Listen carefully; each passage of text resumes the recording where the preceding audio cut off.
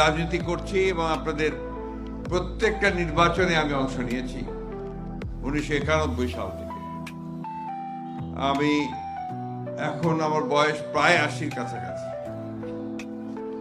এটা বোধহয় আমার শেষ নির্বাচন, আল্লাহ যদি আমাকে কবুল করেন তার হয়তো শেষ নির্বাচন। আমরা আজকে আপনাদের সামনে যে উপস্থিত হয়েছি এর অন্যতম প্রধান কারণ হচ্ছে যে আপনারা সবাই জানেন যে আগামী ফেব্রুয়ারির অর্থাৎ 26 ফেব্রুয়ারি 12 তারিখে একটি সাধারণ নির্বাচন অনুষ্ঠিত হবে এবং একটি গণভোট অনুষ্ঠিত হবে।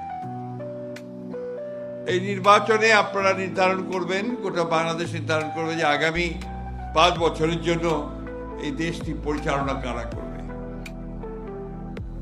এই নির্বাচনটা অত্যন্ত গুরুত্বপূর্ণ এই জন্যে যে আমরা এমন একটা সময় পার হয়েছি যে সময়টা গত 15 বছর ধরে আমাদের এই দেশের সমস্ত প্রতিষ্ঠানগুলোকে ধ্বংস করে দিয়েছিল।